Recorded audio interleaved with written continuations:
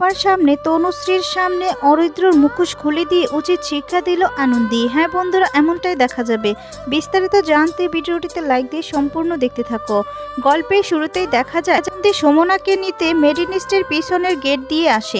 পরে সুমনাদিকে ফোন করে বলতে থাকে, সুমনাদি এইদিকে। আর তখন সুমনা বলতে থাকে, আনন্দী আজকে না একটা ভুল করে ফেলেছিলে, আসলে সেই কার্ডটা আনতে না আমি ভুলে গেছি। আনন্দী তখন বলে, আচ্ছা ঠিক আছে, সমস্যা নেই। আসলে ফোনের গেট দিয়ে আনার তোমার না সেই রিস্কটা আমি নিতে চাইনি, এখান দিয়ে আসতে বলেছি ভিতরে। আর তখন সুমনাদি বলে, না না আনন্দী, ওদের দেখলে না আমার খুব কষ্ট হয়, ওদিক দিয়ে আমি যাব না। আর ঠিক তখনই কারো হাসির শব্দ শুনলে আনন্দী বলতে থাকে যে কারো হাসির শব্দ শুনলাম, সেটা না খুব চেনা চেনা মনে হচ্ছে, দেখি তো কে।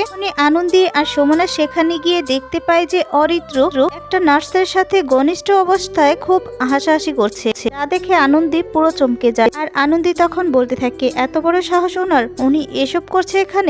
তো ওনাকে আমি এই বলে এগিয়ে যেতে চাইলে আর তখন সুমনা আনন্দীর মুখটা চেপে ধরে সেখান থেকে নিয়ে যায়। তারপরে দেখা যাবে অরিত্র এদিকে বলতে থাকে, কি ব্যাপার, কারো একটা চলার শব্দ পেলাম। তখন বলতে থাকে, হ্যাঁ তাই তো, আমাদের আবার কেউ দেখে ফেললো না তো?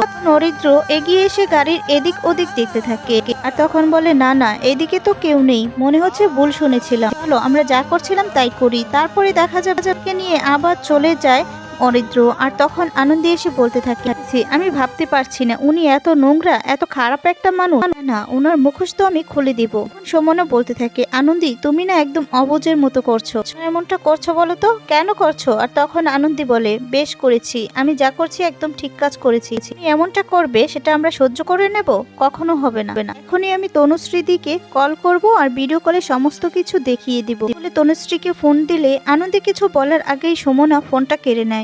না না তনু, দেখ না আমাকে কেমন লাগছে। আর তখন তনুশ্রী বলতে থাকে, ওকে তো আমি সাজিয়ে দিলাম গো, সেটা আবার বলার কি আছে? সুমনা ফোনটা কেটে দিলেই তখন তনুশ্রী বলতে থাকে, কি ব্যাপার, শুধুমাত্র কেমন লাগছে তার জন্যই ফোন দিয়েছিল? আমার মনে হচ্ছে আনন্দে কিছু বলতে চেয়েছিল না, ওরা আগে আসুক, তারপর সবটা জানা যাবে। এরপর এদিকে দেখা যাবে আনন্দী বলতে থাকে, সুমনাদি তুমি কেন তনুশ্রীদিকে বলতে দিলে না সবটা, বলো তো? তখন সুমনাদি বলছে, তুমি না আনন্দী সব কিছু বোঝো, তাহলে তুমি আগে কিভাবে বলবে?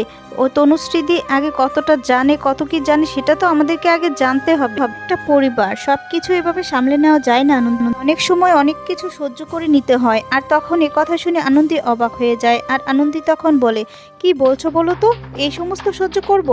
একটা মানুষকে এভাবে করে ঠকাবে, আরেকজনের সাথে ডলাডলি করবে, আর সেই সমস্ত আমাদেরকে সহ্য করে নিতে হবে?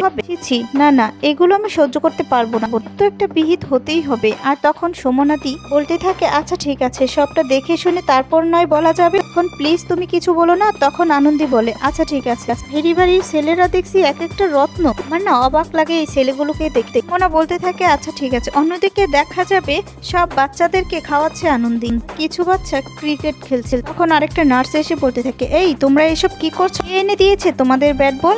এই তো আমাদের আনন্দীদি এনে দিয়েছে। আর তখন নার্সটা সেই আনন্দীর কাছে এসে তখন জিজ্ঞেস করতে থাকে, ব্যাপার আনন্দী, তুমি কি চাইছো বলো তো এসব করে? পার্ট টাইম তোমার চাকরিটাকে ফুল টাইম করতে চাইছো নাকি? আনন্দী তখন বলে, হ্যাঁ, আমি যাতে তাদের সাথে ফুল টাইম থাকতে পারি, বাচ্চাদেরকে আনন্দ দিতে পারি, সেটাই তো আমি চাইছি। সেই নার্সটা বলতে থাকে, আচ্ছা ঠিক আছে, আমি তোমার পার্ট টাইমকে ফুল টাইম করাচ্ছি, যা ডিসাইড করার নন্দিনী ম্যাডাম ডিসাইড করবো, আমি এক্ষুনি গিয়ে নন্দিনী ম্যাডামকে সবটা জানাচ্ছি। এই বলে নার্সটা চলে যায়। আর এদিকে দেখা যাবে আনন্দী সেই বাচ্চাগুলোকে বলতে থাকে, আচ্ছা বাচ্চারা, তোমরা কেমন ক্রিকেট খেলছো? তারপরে দেখা যাবে পাশে যে একটা বাচ্চা ছিল, নতুন এসেছে, সে কিছুই খেলতে চায় না। এখন আনন্দী বল নিয়ে সেই বাচ্চাটার সামনে খেলার চেষ্টা করলে সেই বাচ্চাটা তখন শুয়ে পড়ে। পরে সেখানে কাকাই চলে আসে। আর কাকাই এসে বলতে থাকে, কি আনন্দী, বাচ্চার কেমন চলছে, কেমন খাচ্ছে? এখন আনন্দী বলতে থাকে, সবই তো ঠিক আছে কাকাই, কিন্তু এই বাচ্চাটাকে তো কোনোভাবে কিছু করতে পারছি না। এখন কাকাই বলতে থাকে, আচ্ছা জানো তো, এই বাচ্চাটি না ক্রিকেট খেলতে খুব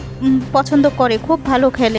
ওর বাবা একটা ক্রিকেট খেলার কোর্সে ভর্তিও করে দিয়েছিল, কিন্তু বাচ্চার লাঞ্চে জল আসার পর থেকে বাচ্চাটা কিছুই করতে পারছে না, খেলতেও পারছে না। আনন্দী তখন বলে, ও আচ্ছা, সেই জন্যই বাচ্চাদেরকে খেলতে দেখে মন খারাপ করে বসেছিল। এখন কাকাই বলতে থাকে, হ্যাঁ তাই তো, দেখো না কেমন মন মরা হয়ে আছে, কারোর সাথে কোনো কথাও বলছে না, আর খাওয়া দাওয়াটাও ঠিক মতো করছে না। আনন্দী বলতে থাকে, আচ্ছা কাকাই, আমাকে আজকে রাতটুকু মেডিনিস্টে থাকার ব্যবস্থা করে দিতে পারবে? তাই তখন বলে, আচ্ছা ঠিক আছে, কতটুকু কি ব্যবস্থা করতে পারবো আমি জানি না, তবে আমি চেষ্টা করবো। বলে কাকুমণি সেখান থেকে চলে যায় আর এদিকে আনন্দী বাচ্চাটার কথাই ভাবতে থাকে। ওইদিকে দেখা যাবে রাত হয়ে গেছে, তখন সবাই বাড়িতে দেখা যাবে তনুশ্রী আর সমনা সবার পকেটে কি আছে সেটাই দেখতে থাকে। তখন তনুশ্রী বলতে থাকে, দেখো আমাদের কাজই এটা, ওনারা আসবে তারপর জামা কাপড় ছেড়ে রেখে দিবে, আমরাই কাচতে দিব, আমাদের আর কাজ কি।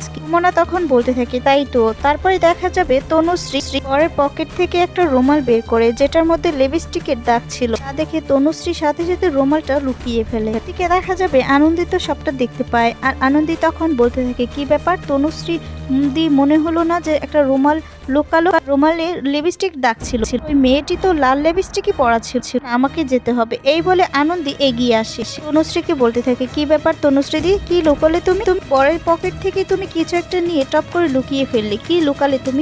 তনুশ্রী দি বলতে না চাইলেও জোর করে আনন্দি তার পকেট থেকে সেই রুমালটা বের করে ফেলবে আর তখন বলতে থাকে, ও মা, এটা লুকোচ্ছিলে তো রোমান্টিক তোমার, দাঁড়াও এখনই আমি ডাকছি বলে মেজদা করে ডাকতে থাকে চিৎকার করে অরিত্রকে। উনি অরিত্র বলতে থাকে, কি ব্যাপার তুমি আমাকে এভাবে ডাকছো? উনি আনন্দি বলে, হ্যাঁ আপনার না আজকে সবকিছু ধরা পড়ে গেছে, আপনার অনেক বেশি একটা ইম্পর্টেন্ট জিনিস দেখে ফেলেছি। উনি অরিত্র বলতে থাকে, তনুশ্রী এসব কি হচ্ছে? তুমি ওকে দিয়ে আমাকে এই সমস্ত কথা বলাচ্ছ? ও হেসে হেসে আমার সাথে এরকম ভাবে কথা বলছে কেন? তখন তনুশ্রী ভয় পেয়ে যায় আর তখন আনন্দি বলতে থাকে, ওমা আপনি দিদিকে কেন বকছেন? হাতেই তো আপনার এই জিনিসটা পড়েছে, কি রোমান্টিক দাদা, সত্যি হাউ সুইট বলে রোমানটা অরিত্রর সামনে ধরলে অরিত্র তখন রেগে বলতে থাকে, তনুশ্রী এসব কি? এখানে যেন লিপস্টিকটা মানে লিপস্টিকের দাগটা আরেকটু না থাকে। এই বলে রুমালটা ছুড়ে দেয় তনুশ্রীর দিকে।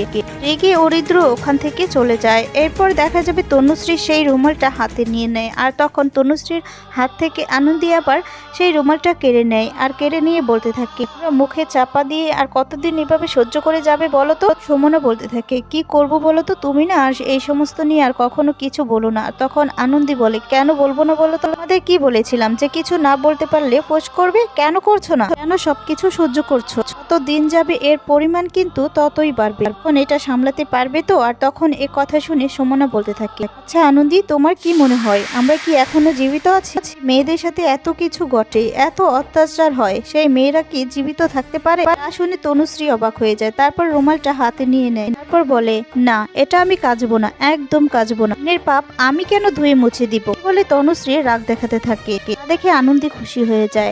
তখন আদিকে গিয়ে বলতে থাকে, আচ্ছা স্যার বলুন তো, আমি যদি কোনো পরপুরুষের সাথে কথা বলি হেসে হেসে তখন আপনার কেমন লাগবে? আদি বলে, অসম্ভব, অন্য কেউ হেসে হেসে কথা বলতে পারে আর আপনি হেসে হেসে কথা বলবেন, এটা অসম্ভব, আপনি তো ঝোঁকরুটে। এই বললে আনন্দি আদির সাথে ঝগড়া করতে থাকে। তখনই কাকাই আসে, কাকাই এসে বলতে থাকে, আনন্দি তোমার জন্য আমি রাতে থাকার জন্য মেরিনিস্টে ব্যবস্থা করে এসেছি, কি এই ঝগড়া শেষ করে যেতে পারবে? আর তখন আনন্দি বলে, হ্যাঁ যেতে পারবো।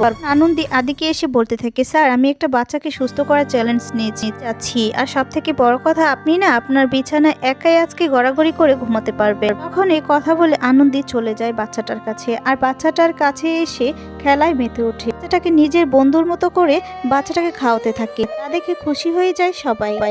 আদি তো একা কিছুতেই ঘুমোতে পারছে না আর তখন আদি আনন্দের কথাগুলো ভাবতে থাকে আর আনন্দের কাছে চলে আসে মেডিনিস্টে। আর মেডিনিস্টে এসেই দেখতে পায় যে বাচ্চাটাকে খুব ভালো করে যত্ন করছে আর বাচ্চাটার সাথে খেলে বাচ্চাটাকে খাওয়াচ্ছে। আর তখন আদি খুশি হয়ে যায় আর মনে মনে বলতে থাকে যে সত্যি আনন্দি না ম্যাজিক জানে।